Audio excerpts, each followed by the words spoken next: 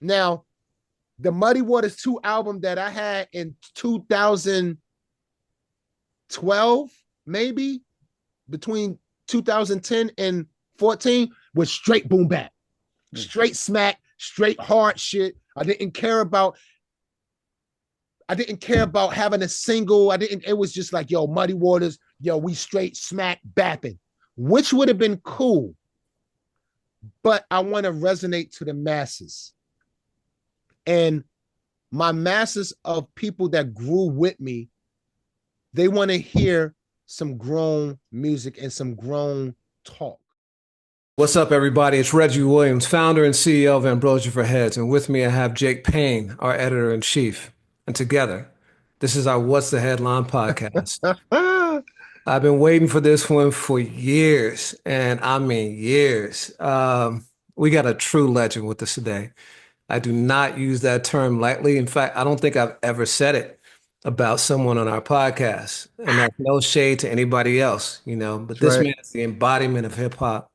He started as a DJ, became an elite MC. He's an underrated producer. He put Brick City on the hip hop map. Some may not know, but he's the 11th member of Wu-Tang Clan. And I'll even say this man gave new life to the term stankin' ass. His name is literally one of my life's aspirations. If you didn't know before, I'm talking about Reggie Noble, aka Redman. How you Hey, doing, man? I'm good. We got the same name, Mr. Williams. So We do, we okay, do. good. So yours is my aspiration to be Right, noble. You know what I right, mean? So right. yeah, yeah. It's great to have you, man. The album Muddy Waters 2, absolutely incredible. Congratulations. I know that one has been a long time in the making. Right. Uh, you know, Talk to us a little bit about, that journey. How did that process unfold? What were some of the hurdles you faced? How did you get to it? Oh well, at the end of the day, everyone knows I've been working on this album the last 15 to 18 years. Like, um, since even since after like Doc's the Name and Malpractice, I said I wanted to do a Muddy Waters 2 in the early 2000s. So I just been throwing it out there. I like for me, when I say I'm gonna do something, I like just throwing a little initiative out there, like Muddy Waters 2, just like me and Meth did How High 2. Like as soon as we was done with How High, we was like, we're gonna do a How High 2, and we just kept on rolling the ball with it. Every show, yo, we're gonna do a How High 2. Unfortunately, we couldn't do it because of business reasons, but that was the same thing I did with Muddy Waters 2. I was just plugging it. Um, did I know I was gonna run into some hurdles along the way and not dropping it? Uh, Maybe 15 years ago? No, I didn't. But I'm a God-fearing man, Reggie and Jake. And one thing I learned to do was let go and let God steer the wheel. So a lot of the times when I was working on it, um, I felt I was ready to drop, but I didn't have a lot of business in place to drop. I had a lot of hurdles, like far as like court issues I had to deal with that lasted 7 to 8 years. Right. Um, the COVID, the just the not feeling sure, if you will, like I am now, to drop it a day before Christmas. So Yeah, it's all in, honestly, Reggie, it was all in God's plan. yeah, I know it was a long time, and I know a lot of people was like, yeah, you did take a long time, but you know what? It wouldn't have been impactful if I dropped it back then. yeah. I So mean, the adversities, the hurdles that I had to overcome to get to this point was a learning lesson, and I appreciated it. I appreciate what I had to go through to get here, because now mentally and and focus, I know what to do now. I learned some more grassroots on getting it out because I didn't put any money into promotion. mm, I mean, I do got a little change, but I'm yeah, independent. I've been independent since early 2000s. So that played another role as well. Like, okay, how can I get an album like this with this kind of magnitude out to the masses the right way without Yeah. paying a gang of promotion. So it was a learning lesson along the way to get this album out. So I appreciate what I went through. I support everything I went through. And that's why it's a success today.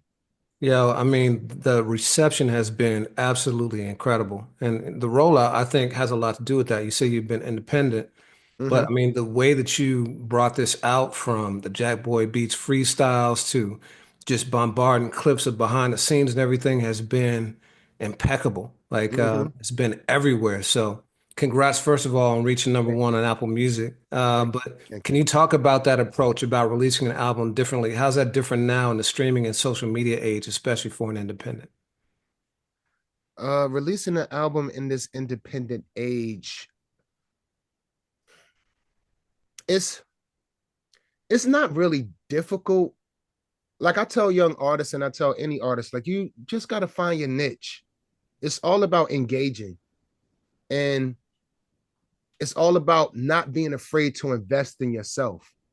Uh I'm not going to lie, in the earlier years when I was trying to get the album out, in those years I was talking about, like in the early 2000s, 15 years ago, I was a little afraid of being independent and running my life continuously after that, being independent. I'm like, I've been under Def Jam so long, how I'm going to maintain.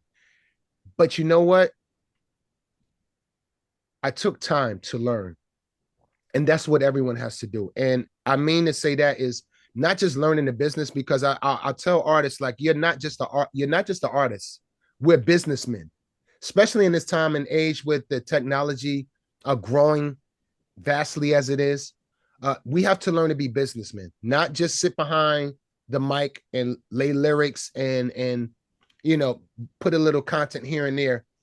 The journey of it is we have to learn where that content going, how to find that niche with yourself to attract.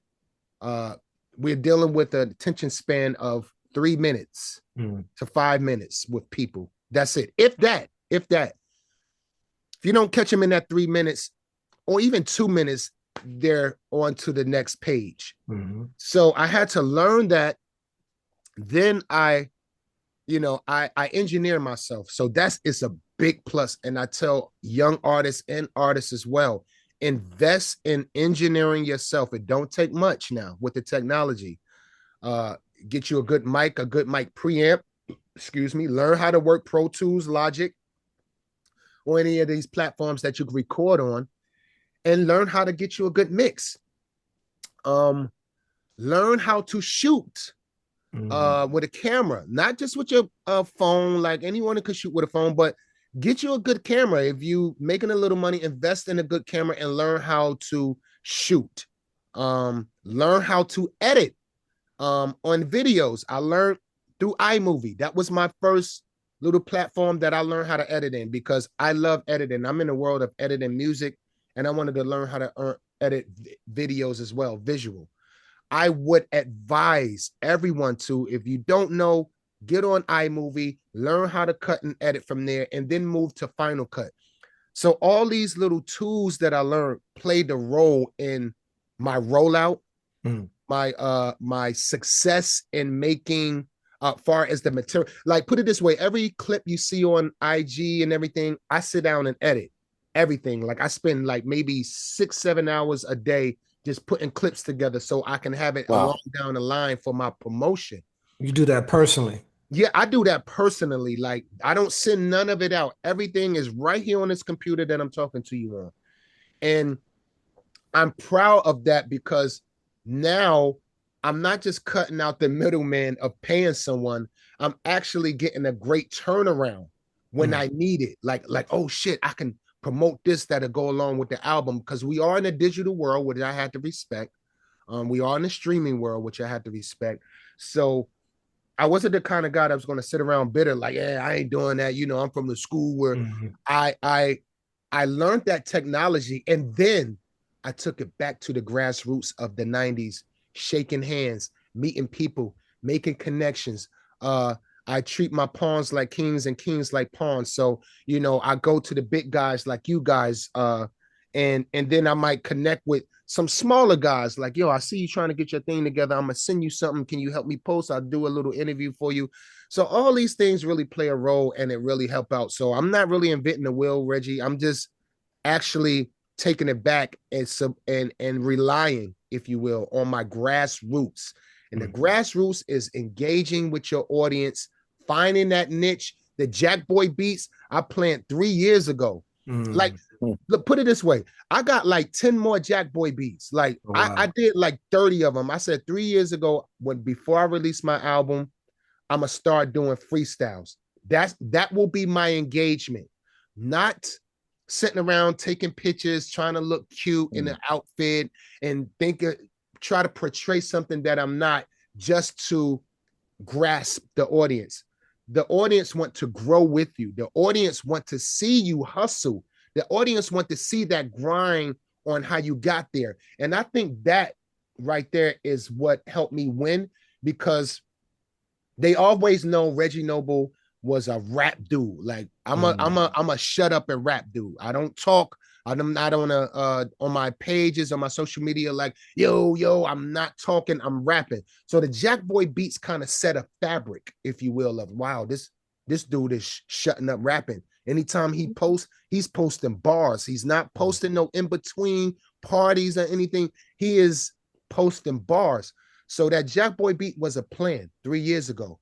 And I did like 30 of them. Like I cut it off in November because I was like, all right, I need to start preparing to set up for the album. But I got more left. I didn't even get to the R&B Jack Boy versions yet. Like I got R&B Jack Boy versions. That's crazy. So to get back to your question, Reggie, it was all a process that I thought about. And the main ingredient is what I want people to take from this is that you're no longer just an artist, young women and young men. You are a business person, and your manager and your label and your distro cannot get people to believe in you until you do it. You have to get the crowd and the audience and the fans to believe in you and get that niche so they attract with you and want to grow with you. And that's what I got right now. Okay. I love Sorry it was so long, but I had man, to. I'm inspired. Like the goosebumps. Yeah. straight up. And I really like that analogy of treating pawns like kings, and I for 15 years we've seen it at AFH. Like everybody wants Redman to win. And I'm curious, like, do you feel that on the other side? Do you feel the love that is not reserved for 99% of artists in any genre? Say it again, Jake. I want to understand it more. No, I just do you feel that love of, like, in hip hop, everybody wants you to win. Like you're one of those ones, and that is so rare in this thing of ours. And I'm just curious for you on the other side, like I think you're in a rare air with that, where people are always just pulling for Redman. There's no Redman hate, like Right, none. right. Yeah. You know what? That's a good answer. And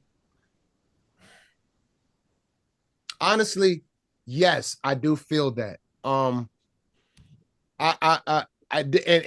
then again, I feel, I sense a little jealousy here and there, but that comes with the territory. The overall bigger picture is yes. I think I really carried a certain fabric of myself, uh, that people want me to win. Whether I quit the game right now or still drop some more Jack Boy beats, they're very supportive because I just shut up and rap. I really, here's the thing. People don't fear you. People don't fear you when they think that you're not close to their level. But I'm that kind of guy that, okay, I can walk in a room with the top tier of any artist without, just like this, and still get that same respect that they do. And that's what a lot of major artists may fear, if you will, but they don't hate. Like, oh, fuck this nigga, I don't want him to win. He's too flashy. He's too this. He's too that. He's all over the place. I feel everyone wants me to win because of the type of character of man that I am. At the end of the day, it's about your inner self and how you carry yourself as a man. That's why I did a lot of healing. I've been in a 7 to 10 year process of healing myself. So I say that to say is I'm not just posting rap, I'm posting myself being vulnerable. Vulnerable kind of alleviates how people will feel about you. Like, okay, he's just like me. Like if you look on some of my past posts, like I'm in a park working out, I'm dropping some jewels. I drop jewels about how God is working on me. I always talk from a point of view, Jake, of this. See, the whole world is doing this. You. The world is doing this. If the world would start doing this, we would see a lot of change in how the world moves. So I think it's the way I carry myself. It's not just the music and showing the grind that I'm in with these Jack Boy beats and stuff. I think it's just the personal growth that people are rooting for me for as well, which intertwines and show in my music. So yeah, I feel that the world is like, first of all, long as Jersey is knowing I got him on my back, that's all that matters to me. And that's how I move. So I also tell other artists as well, especially young artists coming up, make sure that your city is supporting you. Make sure that your state and your neighborhood and your surroundings is supporting you. The outside world will follow once they see that support. And that's another thing that plays a role too. Like, wow, okay, Jersey, he is one of the kings of Jersey. So yeah, let's support this guy. He's putting out good music. He's vulnerable. He's not afraid to talk about his mistakes. He's not flashy, and he shut up and rap. So I think that's why you gotta. I think all that plays a role. And that's why you gotta light it up. Like, after 35 years, you still got a song putting it down for Jersey with all of your peers on the new album, and it means more than just doing it for a concept. Right. It's like I had to get him, and shout out to all the artists that was on that record, light it up. Like all of them pulled up. Like the last verse I had to get was Heather B. Even Queen Latifah, even though it took a little minute, because I know the queen of Jersey is busy. She is the queen, and we protect her. We do not let anything or anybody talk about her. I will wait. And I told her too, I said, listen, Queen, if I don't get the verse for you, I'm not doing the record. I'm not going to put the record out now. I'm going to wait. And she actually pulled up and got it done. So yes, all of Jersey is on this record. Honestly, all of Jersey, like far as the record, far as what I'm talking about. I did a song called Jersey. I got my crew on there. So it's a Jersey implemented record. You talked a lot about the work you've done on yourself, especially over the last 7 years. I was looking back at some old photos, and you were much heavier back in the day. You've had an incredible physical transformation. What have you done? How have you done that? First of all, I'm a calisthenic dude, so I'm always in the park. Like I used to be in the gym a lot as well, and then I started mixing the gym with calisthenics. I started out in the gym, right? But like weights and it's not really my thing. I just did it to stay in shape. But until I started learning pull-ups in 98, I started learning pull-ups. I love the outside air. I love being outside. So, even when it's cold, like when it's freezing, like the cold air is like Freon and it's good for the body. Calisthenics is so in touch with my inner self, doing pull-ups, push-ups. I'm very good in pull-ups. I wanted to make that change. And it started on Muddy Waters, the album. And coming from There Is a Dark Side, like, I tell people like very blatantly, like, I was very dark on There Is a Dark Side. I was doing a lot of drugs, not a lot of extensive drugs like heroin and shit like that. But the more the street drugs like dust and acid tabs and shit like that, fun shit. I got into a mode a big change in myself around Muddy Waters, physically and mentally. And I dropped the weight and I wanted to stay here. So I just continued that process of just trying to be in shape for the stage, because me and Meth, we're very aggressive when we're performing on stage.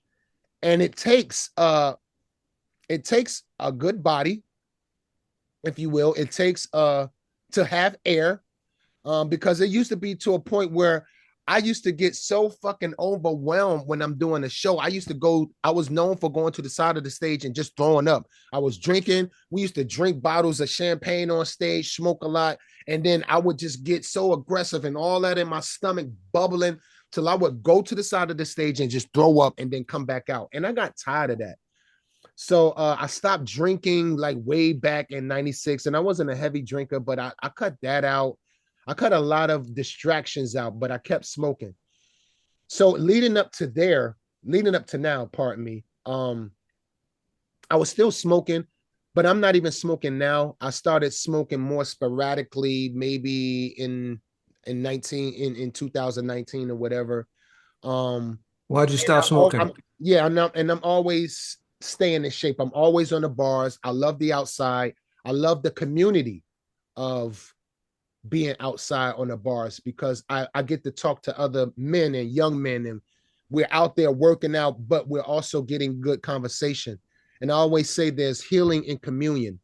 That's kind of in the Bible too. Like there's healing in communion. There's healing in talking with people. There is healing in sharing your testimony in life and you hearing other people's testimony. So it's all a buildup to now where I'm at with myself, of wanting to learn more about myself, wanting to love myself more. And believe me, it helps your music. It helps yourself as a man in a relationship and relationship with your friends and life. It is such a big turnaround if you learn these 3 words. I actually want to get these 3 words tattooed on my body: being vulnerable, vulnerability, accountability, and transparency. If we can learn these 3 words and implement it in our everyday life, we can help start healing ourselves. Of course, maybe going to see a therapist to talk about your past and not dwelling on your past, maybe supporting your past more, no matter what it is, whether it was drastic, whatever you went through, whether you went through sexual things that you wasn't supposed to go through when you were younger. It is hard to get over it if you don't know how to heal and forgive. So it is a lot that I had to learn within these past 10 years, that where I'm at now, it shows in my business, it shows in my writing, it shows on how I carry myself to help others, if you will. You know, smoking has been in your music a lot. It's been a part of your lifestyle. Why did you decide to cut back? It's not the same, Reg. It's not the same. When we smoked, even in the early 2000s, but in the 90s, the weed, the cannabis was fun. It was fun. It wasn't that strong where you had to be like, you wake up and you could actually wake up and wake and bake and get on your day like, hey, ho. And you can do that now with certain far as certain qualities of bud, if you will, like sativa. Sativa, everyone knows, is the energetic, more type of bud. It gets you along your day. It help you inspire. And indica is the one for sleeping. Indica is the one that's like, and then you have the not mid quality, but you have the in between. Got brain fart on that, but that hybrid, has hybrid, and it has the best of both worlds. During Muddy Waters 2, the album, this year, the last 9 months, I ain't gonna lie, I was smoking, but I wasn't smoking as much as I was in the past. Like if I rolled something, it'd be this big. It'd be like 3-4 hitter quitters, and I'm done. But I was at the end of the album, I was smoking a lot of those. Maybe between 7 and 10 a day, which is not a lot because it only equals up to like 2 blunts the way I was rolling them. And I mean, I was rolling them small, Reggie and Jake. Like it was so small that I had to hide when I roll in front of my friends because they'd be like, yo, what the fuck is that? I got picked on. I got picked on and shit. Like, yo, what the Yeah. fuck is that? Like, you might as well just roll you a blunt. But I'm like, no, this is what keeps me level. But now I'm not even smoking now. And I think I'm working on not smoking indefinitely. Mm. If I do smoke, it'll be on occasions. I got too many things I want to do. And plus, I'm 54. Mm. Like I'm not young. I got to start watching, my health now. I got to, I'm a guy that, have blood clots here and there. And I've been in the hospital for blood clots before. Mm. So I got to watch that, I want to eat to live, not live to eat, but I also want to move and be around for my girl, for my family, for my kids. So I have to man up, if you will. So you talked about change, right? And that takes a lot of commitment to make the kind of changes you've been making. I just learned about this concept recently that Quitter's Day, I don't know if you know, but the second Friday in January is supposedly Quitter's Day because that's the day that most people like give up on their New Year's resolutions. So how would you advise people about like staying true to their change, being committed to that? I wouldn't, in my opinion, I I wouldn't just do a hard quit. Mm. I what me and my sister do, and I'm like I said, I'm a God-fearing man. I'm part of Transformation Nation with Mike Todd. Um, learn to fast. That is a great way to start going down that road of wanting to cut out something indefinitely. Um, fasting is good for the soul, the mind, your body physically, whatever it is. And usually a fast, from a church or, what me and my put it this way, me and my sister, we fast every year. We didn't fast this year because I was so tied up with the album and I needed these things I usually fast from to stay in play while I do this album. And the things that I fast from is eating meat. Um, we usually do the Daniel fast. Look up the Daniel fast in the Bible. We usually do the Daniel fast, but then again, I add on social media. I Mm. fast from social media at least 2 months out the year. Oh, Last wow. year I did it like maybe close to 3 months. Um, just no looking on social media or no anything. I do that to allow other things in. So anyone that's trying to cut out anything indefinitely, I would start slow by fasting. Give yourself a 30-day fast of trying it. Will you get weak? Yes, but get back to it being accountable. Like, okay, I got weak that day. It's never too late. Let me jump back on. You have to stay strong and disciplined. Discipline is the main ingredient of a fast. And once you fast and see how you feel, and you allow yourself to let other good things for the soul, the mind, and the body in, you might find out you might not have time for that thing that you're fasting from. Like, wow, I'm in a good space. I like this.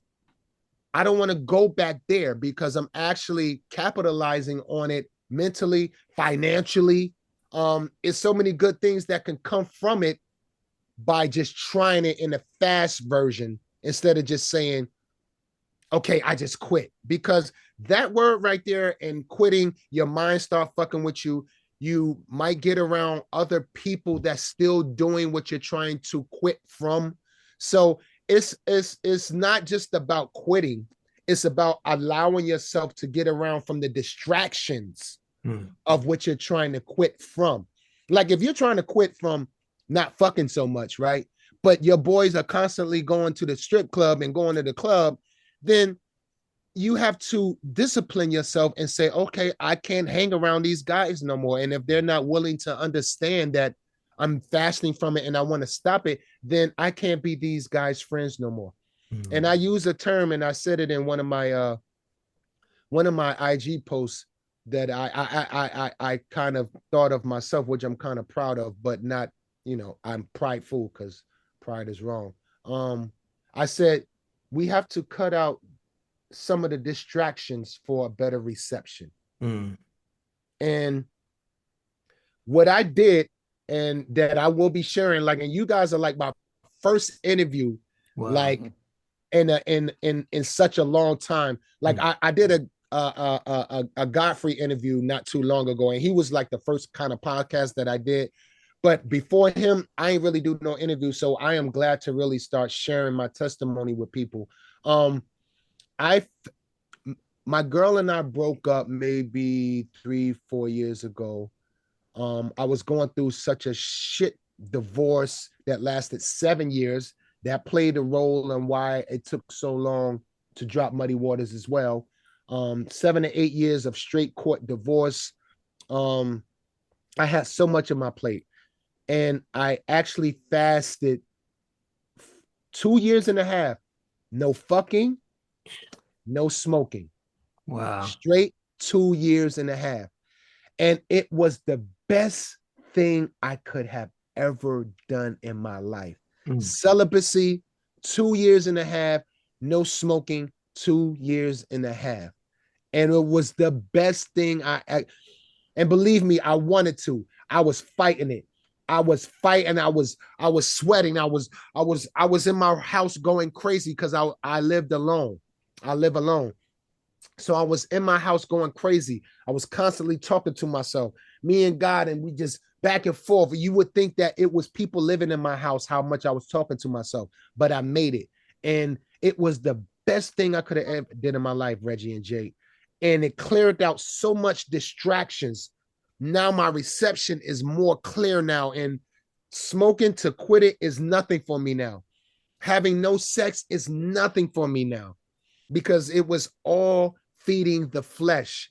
And that's basically how the world is turning now. We're feeding the flesh. We're feeding what's good for us, which is not maybe good for the soul and spirit. So once I did that, long story short, I was able to control how I move, what I like, what is not good for me, my soul, my mind. So anyone that's trying to just cut out something indefinitely, try a fast first, and then maybe try it with some friends so you can support each other along that road. You went That in thinking accountability 2.5 aspect. years, or that was just the journey? Say it again, pardon? You went in thinking I'm gonna do this 2.5 years, or that's just how long the journey No, took? it was a journey. I didn't label it, because we do have to watch how we label things. We do have to watch how we label things. That's another thing I am studying and researching and working on myself, on how I label things, even situations. Like if there's a bad situation, I gotta stop labeling it as bad. For example, if I get a flat tire on a road, I gotta stop labeling it like, oh, this flat tire, and this is a pain in the ass. I gotta stop labeling things in that manner. Because even when me and my boy, shout out to my boy Kenyatta Griggs, me and him always talking and building. He got the hip hop motivation. People not tuned into and tune into him. Me and him talked, and we was on the same page about things don't happen to you, they happen for you. And when he mentioned that, and I found out we were connected, like on the same page as that, we have to watch how we label things. If I get a flat tire on the road, I say, okay, I got a flat tire. Something's supposed to happen from this. Maybe the person that helps me, or the told guy that comes pick me up, maybe he's having marital problems. I can help him out with my testimony with. You see what I'm saying? So that labeling of the 2 years and a half, it wasn't labeled. It was like, okay, I'm on a journey. I'm going to let God take the wheel, because I'm not going to try to do it, because if I did, I wouldn't have lasted that long. And I just went. I just went. I had a disciplined choice to choose. Either I could go back out here dealing with a lot of women, moving frantically like I was, or I can make a change right now. And that change was I wanted to better myself. But I know that I had to cut out the young boy shit and put on my big boy pants and start disciplining. And it just ended up being 2.5 years. And I didn't start back by having sex until I made my woman that we kind of parted ways with, because she went on a 2.5 years sabbatical herself as well. We didn't have any sex until we were back together as one. Even when we started talking back together, we still waited another year before we had sex. So it was a life-changing experience that this is what love and what life is supposed to be about. Because, like I'm gonna keep it a buck with you. Like I'm a tour baby. I came from under the umbrella of EPMD. I lived with Erick Sermon since I was 19 years old, 20 years old. So I missed all that important ingredient of being a man, if you will, and having a healthy relationship, if you will. I done missed all that shit. I didn't learn it until my mid 40s. So I encourage everyone to learn how to love themselves at an early age. That is so powerful. And I really love what you said, Red, about vulnerability, accountability, and transparency. And it's interesting because, like you said, you've been putting out music for 35 years. And for me on the other side, for 25 of those 35 listening, you feel like you know somebody. You feel like, what else could they possibly put in their lyrics? And then I look at a song, Reggie and I talked about it, you put out a couple years ago with Logic, where you revealed some things about yourself, a loss of innocence that I had never heard in Redman songs before. And I'm curious for you, especially on the heels of this album, how does that vulnerability, that transparency, that accountability show up in your work? Um, it does, and like I said, when you get to that point of being, see, we have to understand what those words mean for some people, and like accountability means to me is owning up to it in layman terms, owning up on your shit, not being afraid to admit you're wrong, not being afraid to look at both sides of the picture. Because as I research, like in any situation between two people, whether they're beefing, right? Two people beefing, right? 30% of that is on both of y'all. No matter you're wrong or right, whether you feel you're right, whether this person feel they're wrong, you're right. 30% ownership is on both of you guys.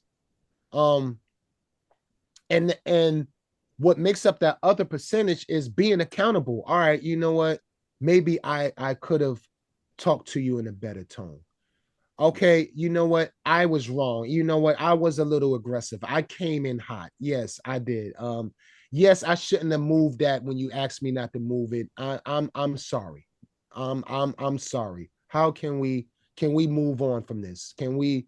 And when you're being accountable, it's not looking for that person, because I want to make that clear too with a lot of people too, because when you're being accountable, it's not saying you're wrong to look for that person to say they're wrong. And that's where a lot of people still drop the ball at. It's about admitting your mistakes for yourself, for personal Ends with you. Like, right. Yeah, right. Not just for a person to admit they're wrong to satisfy your inner self. Transparency, we all know, is just about just being straight honest with yourself. Like, I'm very transparent with my kids. That's why they love me so much. I raised 5 kids. And they range from like 20 to 33, but they all love me and we all have healthy relationships. And my transparency with them help our relationship, meaning kids are going to fuck up. Kids are going to do wrong because they're kids and they're learning and growing. My transparency with my kids, like, yeah, I would tell my kids when they were young, like, yeah, your daddy used to smoke this. Oh yeah, I smoked dust. Yeah, I tell them, yeah, you want to learn. Yeah, I had 3 women at one time in back in my day. I am very open and trans. They'd be like, Dad, I'd be like, what? It's true. It's facts. No, baby. I'll come get it in a minute. Could you wrap it up for me? Yeah. Appreciate you. My kids be like, Dad. I'd be like, yes, I did that. Yeah, that I sold coke. Dad, you did? Yes, I did. But I opened them up with my transparency. Now they can tell me anything. Like my daughter, she'll tell me her first time smoking, her first time having sex. So that transparency is allows people to want to be transparent with you. And that's how I use that as a tool. Vulnerability.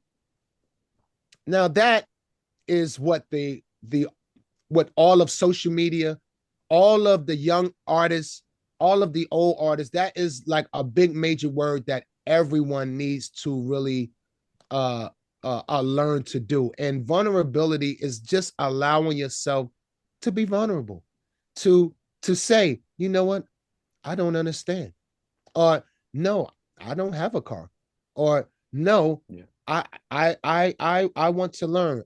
Because it allows you to learn. It allows you to want to be open to listen instead of this. It allows you to stop doing this, you, and do this. Right. Yes, I don't know. I used to be afraid of, I'm a studio buff, right? And I used to be afraid of not letting other engineers know that I don't know something. I used to be like, yeah, I kind of know. And then when I finish talking to them, I go research it. And right now I'm like, no, I don't know it. I don't know this. Sorry.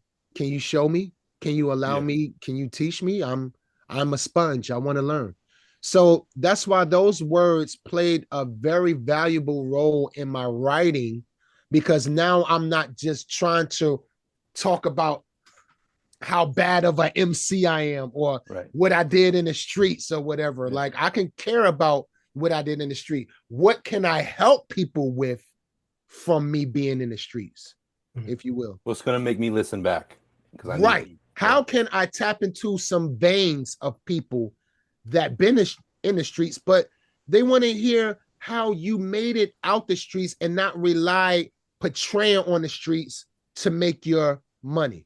Mm-hmm. And if people know my music, it's like I never portrayed the streets. I'm a street dude, I'm a hustler, but I never portrayed it like, yo, this is what's made me, son. And we also had fun. We hustled, but we also had fun in the streets. We also did things that we can learn from in the streets. So I just wanted to bring back that part of me to offer to the world, if you will. I appreciate that so much. There's been a lot of conversations about, age limits in rapping and in hip hop. And you've just put out one of the best albums of your career, as you said, in your 50s. How do you feel about age in hip hop? Look, let me tell you something. They can say what they want. It is a young artist game. Don't get me wrong. But then again, why we got to be the only music genre that put an age limit on it? Rock bands don't do it. I still see the like Earth, Wind, and Fire still doing songs, and that is my motivation. When I still see Shaka Khan doing a song, when I still see billboards of Earth, Wind, and Fire, or the Commodores, or somebody's performing here, I'll be like, wow.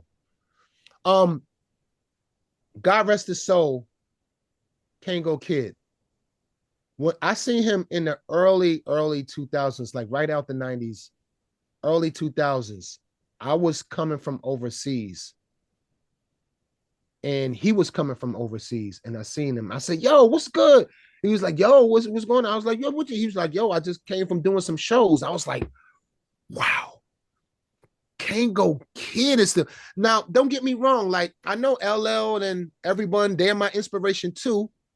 Still doing some shows, but respectfully, they were a little bit bigger than UTFO.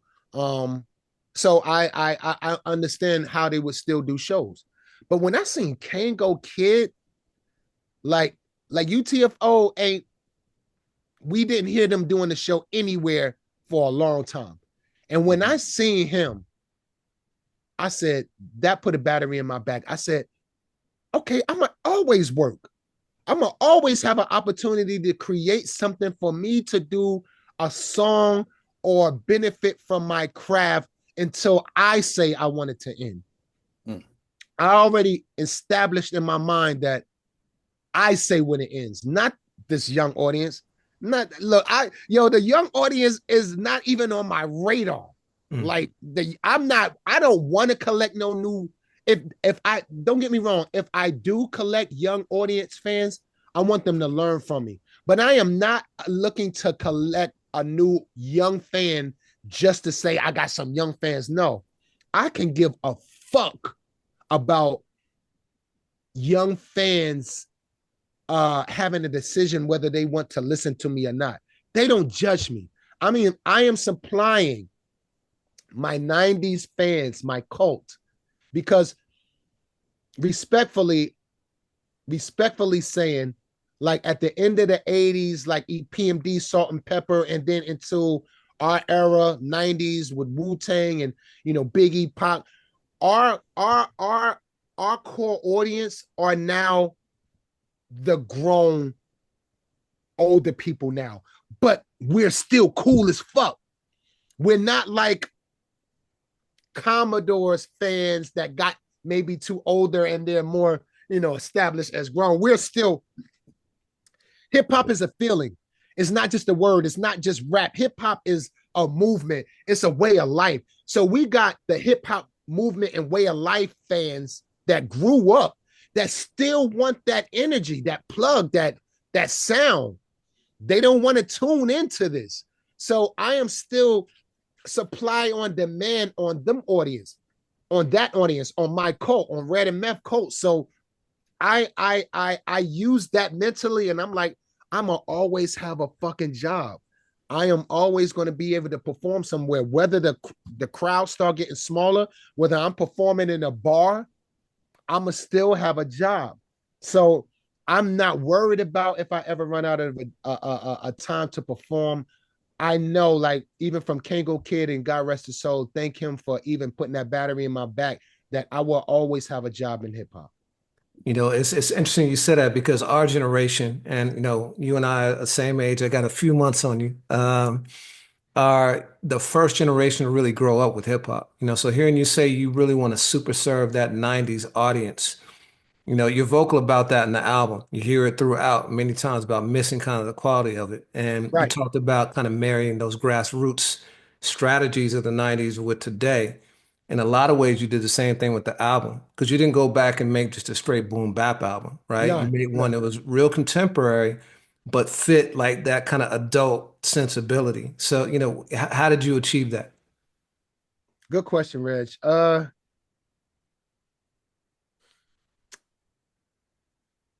I Here's the thing. Like Redman and Method Man cult fans are very, very sensitive. Like you cannot talk about me without a fan fucking you up on the internet. Bottom line. And it's all about what I said before about really being in tuned and engaged with your fans, not just socially, but kind of mentally. Um, I know my fans don't want to hear us on no new music. Bottom line, they don't want to hear us on no drill music. They don't want to hear us on nothing that is taking away the fabric of what we built. And I'm proud to trust my fans on that. And plus the way I am as well. I see a lot of artists. I see a lot of artists that want to tap into the new sound. I see a lot of artists that, that want to get that, that shit and have it on their back, and it don't work. It don't work. I learn from people mistakes. It just is, it's just not me. I first of all, I'm a complete well-rounded artist, meaning I can rap over anything. If you started playing bongos in this bitch, I will make a song out of just bongos. Just like I did with the ringtone on my phone I dropped on Jack Boy Beats. I started rapping on the fucking ringtone. Motherfuckers was like, this Dude, he's too much. Tapping into having a level of tapping into a sound that can still be respected of your part of your craft is not very hard. You just got to know how to do it and be willing to take a chance. Um, I feel the Muddy Waters 2 album is boom bapish, but it's a little grown. Now, the Muddy Waters 2 album that I had in 2012, maybe between 2010 and 14, was straight boom bap, straight smack, straight hard shit. I didn't care about having a single. It was just like, yo, Muddy Waters, yo, we straight smack bapping, which would have been cool. But I want to resonate to the masses. And my masses of people that grew with me, they want to hear some grown music and some grown talk, if you will. They want to be able to hear something that they can relate to, that they might can actually learn from. So I literally went back in and did a whole new a whole new grade of different songs that I was like, okay, I gotta start moving and thinking and doing some music that is more engaged of who I am, not just doing a hard song knowing it's going to be hard and you got to accept it because it's hard and I'm spitting bars. That is the reason, Reggie, why I started doing the Jack Boi beats. It was like, okay, y'all want the hard shit, y'all want bars, here, take that. I got a gang of those for you if you need that, Reggie Noble. But the album is not going to be Jack Boi beats. It's not. The reason I supply them. Now, you still got some fans that's like, yo, it wasn't like Muddy Waters. That's the reason I gave you Jack Boi beats, fool. If you want those bars, here, take that. But having an album full of bars just don't cut it. No more. But does Don't Want to See Me Rich meet in the middle of giving people that familiarity, but also that lesson? If you said it, Jake, that's exactly what it is. And I tailored it for that. It was a mixture of, and you know what's funny? Like I talked to my boy Bun B here and there too. Like that's my boy. And I ain't talked to him since the album dropped. And we actually text the other day. He said, you know what? Smart job on he said smart job on digging up an old tribe called Quest Beat to rap on and spitting bars on. And I knew what he meant by that. He meant great job on sticking to our sound that can be relatable to the new because it have movement. What I'm talking about have purpose, because at the end of the day, that's why we do what we do, right, gentlemen?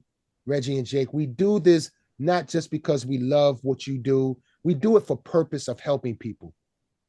And Jake, great observation. I like having that tribe beat that's moving, that definitely relates to our era, but also can relate to the new era as well. And what I talked about, like generational, you want it in the wealth, save your money more, less Gucci on the belt. Credit scores. Right. I knew a young cat could hear that, like, okay, yeah, that's about right. That's about right. Yeah. That's about right. And what's funny about that situation, what's funny about that line is that you didn't see it, but I had a Gucci belt on in the video. In the grocery store. I had a Gucci belt on in the video, like duh. But yeah, you hit that one right on the head, right, the nail on the head, Jake, with that one. Yes, that's exactly what I did. So since we're talking production, I want to ask, just, and you mentioned your years coming up, being mentored by Eric and EPMD. You're the funk doc. For a while, he was known as the Funk Lord. How is, as producing MCs, How is your funk different, would you say, between you and E? Um, you know what? The feel of it is no different. Like E is a funky motherfucker. Um, it's no different on the feel. Excuse me. It wasn't no different on the feel of the funk, but the creation of the funk may be a little different because E will tell you I'm nonstop. I'm nonstop. I don't take no breaks. I am constantly working on my craft. I am constantly working with my young brother Rockwaller on the craft. For example, the song Wave on my album. That Wave record is a funky motherfucker. Like motherfuckers on the West Coast is like, yo, bro, like that album, bro. Like the West Coast was a big supporter of this album too. Like shout out to Snoop. Like he is a big supporter. Like shout out to Snoop and the Missionary and Dr. Dre with that album. Like, but Snoop called me all the time since that album dropped and was like, yo, bro, this album is funky as a motherfucker. So getting back to what we was talking about me and E and our funk. Wave that Rockwaller produced that. And for me to want to write to it shows that we were moving to another level of funk. Like that's something that I don't think he would have thought of, if you will. I didn't work with E close on this album. Like E, like I didn't like E was doing other things. Like E wasn't really a part of this album. I took some songs that he gave me years back, and I recreated one of them. He have another one on this album. I'm dropping another album. I'm trying to drop another album soon. And E got some new other funk in there that I'm going to revamp as well. But on this album, E wasn't really a part of it. So the advancement of how we listen for funk may be a little different, but our feel of funk when we hear something funky is still the same. It's like, God damn, you hear that? Like Battle Cat. Battle Cat to me is a funk god. Battle Cat to me, he wraps circles around motherfuckers when it comes to funk. And I sit and listen with him. Like I sit and talk to Battle Cat. I when he on his live, his IG, I'm tuned in. He haven't been doing it as much as he was. I wish he would. Battle Cat, get back to that. When I'm in LA, I pulled up on Battle Cat a couple of times and just sat down and just watched him. We created. He is a phenomenal top tier funk of everyone to me. And I learned a lot from him. Me and Rockwaller, we both say hands down, Battle Cat is, if we want to. Now, don't get me wrong. When E is in his bag, when E was in his bag, couldn't stop that boy. Can't stop him. When he gets in his bag, can't stop him. But Battle Cat, bro, it's like, put it this way, if me and Rockwaller did a funk joint, we thinking like, will Battle Cat fuck with this? Will Dr. Dre fuck with this? That's how we be thinking. Like we have certain people that we kind of relay to when we doing music, even when we're mixing, like with my boy Josh. Shout out to Josh Gannett and Troy Hightower. Even when we mixing, we use certain people like, damn, is this like, you think Dr. Dre will listen to this? Like, because the mix is so good. So it's same thing with the funk. You think Battle Cat will fuck with that. And I think one of the funkiest records on Muddy Waters 2 is Wave. Wave is a funky, something different, something new, something inspiring that people can be like, wow, this is a new wave of funk. Yeah, you know what was also new to me from you that I promise you, I play this song every day since you dropped it, is Jersey. You know, that joint, like soulful, almost like a house music feel on the hook. Like, where did that one come from? Rockwaller produced the beat. I just like it because of what you said, Reggie. It's soulful. That boom, Hmm. boom. That is so soulful and clubbish. And we all know Jersey is known for club. Let's get it right. When people heard when like, all right, for example, like so a lot of people fuck with Jersey, but some hip hop heads that wanted to hear bars, even though I have bars on it, they like, yeah, Jersey ain't that hip hop, but I ain't do it for those guys. I did it for Jersey, like the state of Jersey, the momentum of Jersey. Jersey is a club state. Newark, New Jersey is a club city. Before rap got popular there, it was all about club, all about club. Um, and I wanted to dedicate that part of my music to Jersey. Um, it's a great beat. Rockwaller produced the beat, and when I first heard that beat, I was like, yo, it's dope. But I didn't write to it right then and there. And then I had it, and it didn't just click. I was like, you know what? This got momentum. I'm gonna dedicate this to Jersey because, gentlemen, like I don't only do songs for the fans to relate to. I also do songs because I make majority of my money financially through shows. Mm. So, me and my team, we like doing records that have impact. We're not the guys that's going to sell out, 10,000 seaters, 5,000 seaters. I'm vulnerable with that. I'm an underground dude. I am in the major lights, but I'm an underground dude. So I get my bang for my buck through shows, going overseas doing shows and in the States doing shows. And our shows be wow. Like our audience that we attracting, that the Redman brand attracting, they coming in like this. They're not coming in like this, with the chains and with the phones and all the phones are over the place. Nobody is moving. Everyone is recording. No, that's not my shows.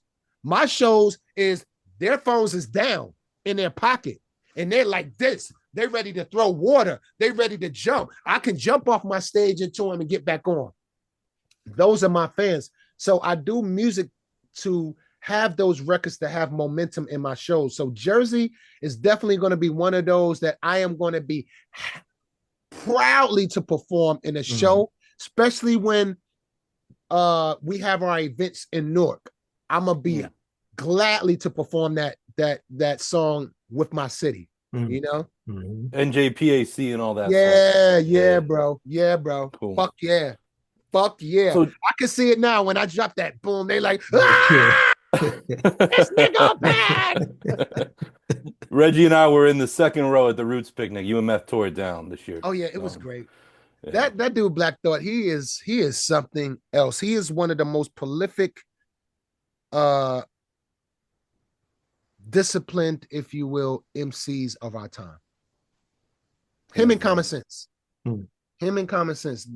But Black Thought, he is the most prolific, disciplined MC of our time. I don't know how he remembers all those lyrics. I don't know how he do it without a hype man or whatever. He is over talented to me, and I learned a lot from that guy. Yo, it's funny you say that.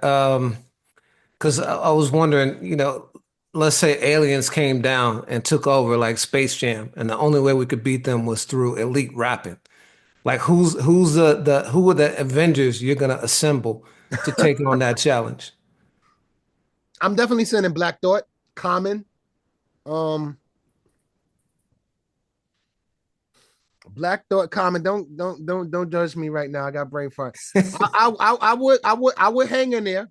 Yeah. I can hang in there. I can hang in there because MCing is not just one character. It is so many characters to be an MC. And I want a lot of artists, young artists especially, that be spitting bars and I want y'all to hear this because it's so much more to being an MC than spitting a cute punchline all the time, or just talking,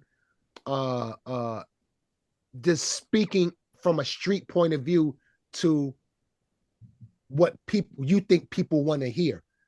And that's what put a lot of artists and MCs in a box, because they're pertaining to what people want to hear from them instead of feeding their soul from what they talk about to help people. I say I can be in that box because I'm not in a box.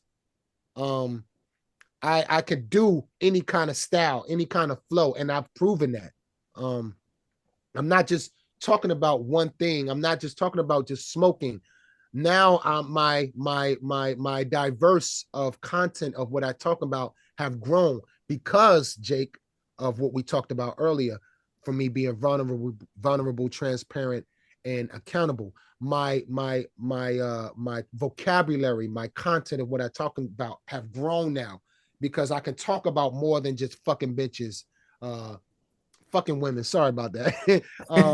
I could talk more about just smoking and wilding out on the road. I could talk about healing. I could talk about different things. Plus, it comes with the territory of growing. So, what you talk about, how you talk about it, the flows, your determination, your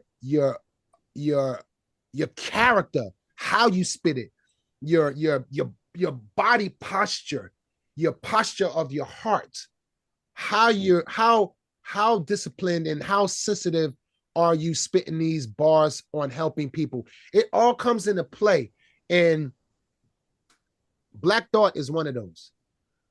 Common Sense, one of those. J. Cole, one of those. I will send him in as an Avenger.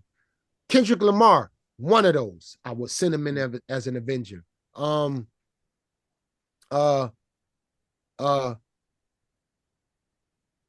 Yeah. Me and Meth would, if they needed some aggressiveness and movement, I would send Red and Meth in there, and me and Ghostface and Ray in there on that end. Yes, I would send CL Smooth in as an Avenger. CL Smooth don't play.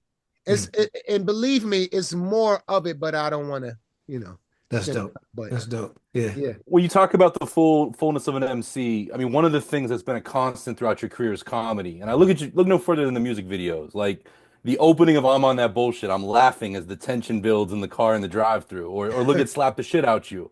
Right. I'll be that. And sometimes you'll reference other things like Blues Brothers or Wayne's World, but a lot of it comes from you.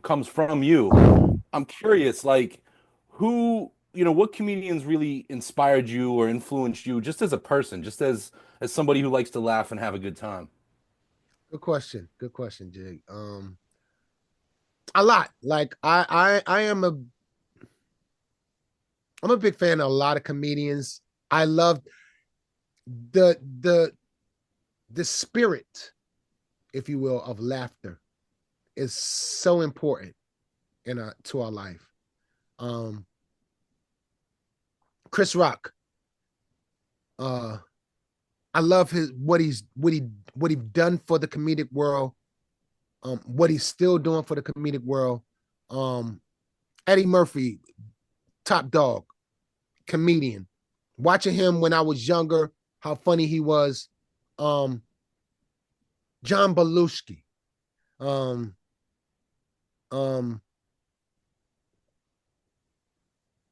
Watching Blues Brothers. And it's not just comedians. It's like guys like Chevy Chase. The Fletch movies, the Christmas vacation movies, the vacation movies, all that plays a role. One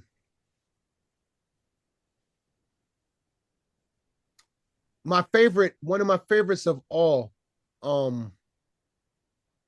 I got brain fart. Hold up. Ghostbusters, one of my favorite movies, but my man in there, help me out. Dan Bill Murray? Aykroyd, Bill Murray. Bill Murray. Harold Ramis. Fucking Murray. Yeah. There you go. Bill Murray, bro. Listen, my goal one day is to meet him and shake his fucking hand. You know what's crazy though is like, Bill Murray, I live in Philly, and Bill Murray pops up in Philly all the time and he jumps behind the bar at different places and pours people drinks but he's still Bill Murray. And I think of you, we did a story on Ambrosia for Heads of you doing the transport at the music festivals. And like you both have that energy as phenomenal entertainers, but you're still like to what you were saying earlier, Red, like you're both men of the people. Like you still connect with people on many levels. So it's interesting that you say that and you would like to meet him. I could see that Let me happening. tell you something.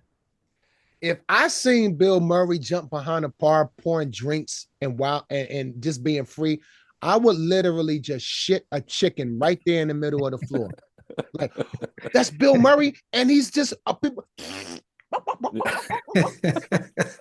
because I love the character of Bill Murray so much because it kind of resembles of who I am. He's in Hollywood, his name rings bells. Bill Murray's highly respected in Hollywood, meaning he didn't just jump on everything that was offered. And I know he got offered millions of jobs, but he pick and choose what was right for him to stay in the character of himself. I mean, that's what I feel. And I say that we're relatable because I'm the same way. Like, I can be in the biggest of the biggest, whoever the fuck it is. I don't give a fuck who they are. I don't give a fuck who you are, what circle you in. I step in that bitch. Oh, that's Redman right there. Oh, that's that guy right there. No. I know he got all the, but that's the guy. And he's able to communicate with the lowest of the low, which I said before, treating your kings like pawns and pawns like kings. And I know he's that kind of guy from even what you told me, because someone else said the same thing you said. They said, I seen Bill Murray's the kind of guy that will walk over to your table and just start talking and start it. And I heard that plenty of times. I was like, wow, what a fucking guy. Mm. So yeah, these guys that I mentioned play a big Leslie Nielsen. They play a role in my humor. And don't get me wrong, a lot of comedians, there's much more comedians that I listen to, but movies is something that I connect with. And these people I mentioned plays a big role in my life. Like John Belushi, Animal House, seeing that movie for the first time when I was little, that instilled something in me. Like sometimes they say a good actor is when an actor don't even have to say anything and his facial expressions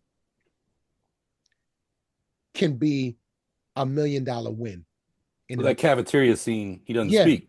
Kills his facial expressions in Animal House, just in he and he didn't have to say anything, and it told so much about him. I live for that. I live for that. I learn from that. And facial expressions without saying anything to me is humbling, because we all must learn to humble ourselves. And I always say, me and my sister Safita, we always say, learn to humble yourself, because you may not like the way God humble you if you're just too arrogant, if you will. And I've seen a lot of people get humbled. So moving with facial expressions is like a humbling experience to me. So all these people I mentioned, I take bits and pieces from, and I implement it in my humor, because I'm not afraid. I am vulnerable to show my humor. And a lot of, cats that's, on the street shit, they're afraid to show humor because they think it might break the character of their street image. And I'm not. That's why I win. That's why I feel that I win on my behalf. It's interesting because the way you describe Bill Murray and the way that we know who you are through this conversation, through your music, through the way you've carried yourself over the last 25, 30 years, I would say that both of you guys are the opposite of an asshole. But when I listen to I'm on that bullshit, you said I'm an asshole. Ask Siri. So I asked Siri. I literally asked Siri last night, is Redman an asshole? And she wouldn't answer. She gave me some, I don't understand. Then she hit me with your govy and your bio. You know what I mean? So was she on that bullshit, or you not really an asshole? Yo, here's the thing. There's two types of assholes. I am an asshole. My nephew Reddy Rock is an asshole. My engineer Josh Gennett is an asshole. And we're assholes in the sense of being funny. Like, me and my girl, she's an asshole. My girl is an asshole. But we're assholes in a sense like, baby, you might want to, change them shoes because it looked like you got a little, that kind of an asshole. Like, baby, stop. I'd be like, no, it's just what it looks like to me. The other asshole is this, like, he can't be a part of us and, because of this, and being an asshole that way to hurt people's feelings, that's different. And that's just being mean and hurting people in a relationship, cheating and doing young boy shit. That's being an asshole. Like, you're a fucking asshole. That's that. We're not that asshole. We're the asshole, like, if I see something in the back in your place right there, I'll be like, damn, Reg, what's that back there? It look like and you'd be like, nah, nigga, that's a so-and-so. Like, nah, I thought it was. Yeah, you such an asshole. So we're that sense of an asshole. And that's why when I did that with Siri, I had her say asshole. I didn't ask her because she probably wouldn't have gave me the answer I needed. So I programmed Siri to say asshole. But yeah, we're asshole in a sense of the comedic and the spirit of fun and laughter. And I'm sure you guys can relate because I'm sure you guys have been slight of an asshole to people like, Reg, you said, oh, Jake, to each other. Yeah, exactly. Yeah, yeah. It's just not maybe labeled an asshole, but yeah, you know what I mean. Like it's a good level of being an asshole. Yeah, not being mean, not never to disrespect or hurt anyone. So as we wrap up, you talked about being excited to like play your music live. You've talked about another album coming soon. Like anything, what's next for you?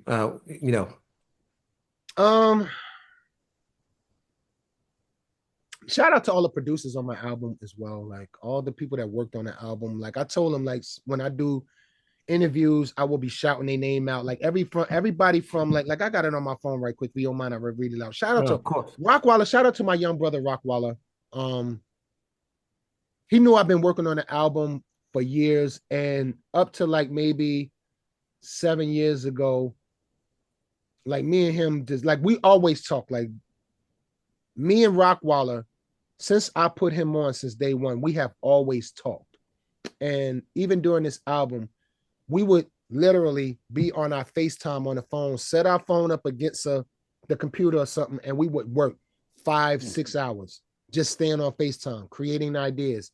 He doing something for other people. I'm engineering, and I definitely have to give him his kudos and let the world know what a talented guy and sensitive this man is. Not because he's my young brother, because he is ready to work. And if you want to work, he is willing to put in the time. So shout out to Rockwaller, shout out to Crisis, shout out to Vinyl Frontiers overseas.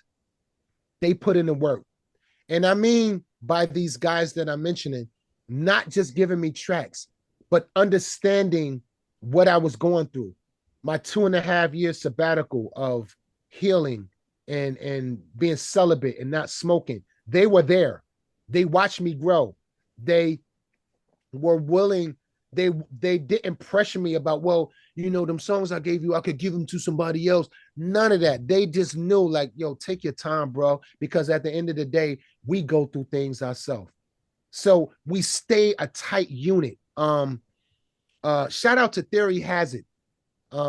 Great guy, stayed with me. I watched his tribes and tribulations. He watched my tribes and tribulations, and we grew together. Tall black guy, he just gave me the track and he's great though. I met him at Jazzy Jeff Retreat, and he just let me rock.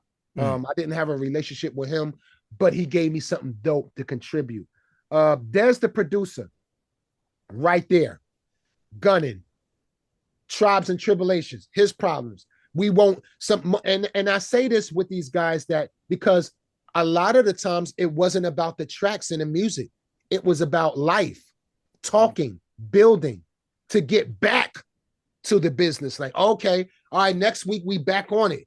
We take weeks talking about, oh, you did this. Well, I can relate to that because I'm going through a divorce too. Let me tell you what, it was a lot of that. Building, yeah. Teak from Hallway Productions. Didn't really build with him, but he was there, understood, didn't take none of the tracks back. Take your time. My boy Chris Pinsett, another young brother, built with him for years, and I knew him way before, long time, just building with him, with his problems, back and forth. He's a special one though. He's a special one. Let me see. Sorry, guys. Mike and Keys, from West Coast. Mike and Keys did a lot of work with a lot of people. Worked with Battle Cat before. Worked with a lot of other producers. Yeah. Mike and Keys, my young. I met them when they were young. Going out to Cali, sitting with them in the studio, just building. Mike and Keys, they might call me for some big unk advice. And I think that's about Erick Sermon. Yeah, Erick Sermon. Last but not least. Well, like I said, with Erick Sermon, I got tracks from him before. And the thing with E is that E will give me a track, but he never can find the separate files. And that's what really be fucking me up. I'd be like, God damn, E, you don't got the separate files. But if I get something from E, I revamp it. But I'm never on the phone with E. Like E got his own world. We're never building. It's just E do his thing, Keith do his thing, I do my thing. That's how it's always been. If I get something from E, I hit him, I say, yo, do you got the separate files? No, he got it. Okay, then I'm rebuilding it. And the track that he did on the album, Don't You Miss, which is a favorite, I rebuilt the fabric that he built and I added my 2 cents on it as well. But far as building about life, whatever, he got his own circle that he does and build with life on, and if you will. And then myself, I produce a couple of joints on there and produce some with Rockwaller on there as well. So and shout out to my skit team, the people that does the skits with me, like Tanisha Green and Kara Simmons, both of them known as TT and Miss Parker. They've been around me a long time. They did skits on Muddy Waters, and people that do skits with me, my brother, Mr. Yellow. And my team is very small. I released my album this is the first time I released the album on my own label. I'm very proud of that, Gilla House Records. And I did it with my guys, Riverton Entertainment, Scott and Andrew. Drizzy was good, Scott was good. And my manager, Ellis, like, shout out to my big brother, my manager, my brother for life. He's been there with me since day one, since EPMD. He never dropped the ball with me. But shout out to the Riverton team as well for believing in me, because I'm not going to lie, there was a time where I was a little depressed, where the music was going, where would I fit in doing what I do? Would boom bap still be accepted? Remember when the vast flow of music came in, of the new music, the boom bap era had got so slow, and I was like, yo, it's about this new shit now. Will it ever get back around to that? And meeting with Andrew and Scott over maybe 8, 9, 10 years ago, meeting with them, they're young guys that was in the flu of, they're tied into Chris Brown and everything with their company. And they actually accepted me as the first OG artist that they deal with, because they had new artists around. They was dealing with the new audience, and they accepted me. And I said, I can't do. They said, just be yourself. Just, continue doing what we doing. We just want to be a part of. We are a fan of the 90s era. We just want to be a part of it. And they allowed me to do what the fuck I wanted to do without question, without saying, yo, we need a radio record from you. We need a what. They didn't question it. They said, we just want to be a part of what you're doing, which created like these singles that I had, Smack the Shit Out You. Those records was like test records for me to just do what I wanted to do. And Smack the Shit Out You, that shit went like 12 million on YouTube. Like with no promotion, no single. It was just something for fun. And they were a part of that. So I say that to say, like, they were, Rivington Entertainment was one of the major causes of me getting a battery in my back to really sustain, if you will, my boom bap character, and not knowing that, and knowing that I don't have to compromise. I don't have to go down this road to be seen. I don't have to do this type of music to be heard. I could still be me, and they believed in it. And those are my young brothers, and I want to thank them personally. And I told them I'm going to thank them every interview for that, because they are a big major part of me still having that battery in my back to be confident that what I do is grand to the masses. Shout out to Groundwork, everybody over there, especially Lauren. Lauren from Def Jam have been watching me from day one since my What the album. Lauren Wertzner, you know who you are. Shout out to the Groundwork distro team and their technology and their analytics for me actually seeing where the album is going, how it's being sold, the streams, everything. They have such a great platform. I could not have that. My job is to supply the crack. Their job is to help that crack move on the street. And I have to shout them out. Sorry I didn't say it earlier, but this is a must that they hear this, and that other people hear it as well, to understand the importance of surrounding yourself with a good team that know more than you and that works just as hard as you to execute a great plan. And I encourage young artists to find that team, to find a certain team, to get a certain sound, a certain fabric with your music.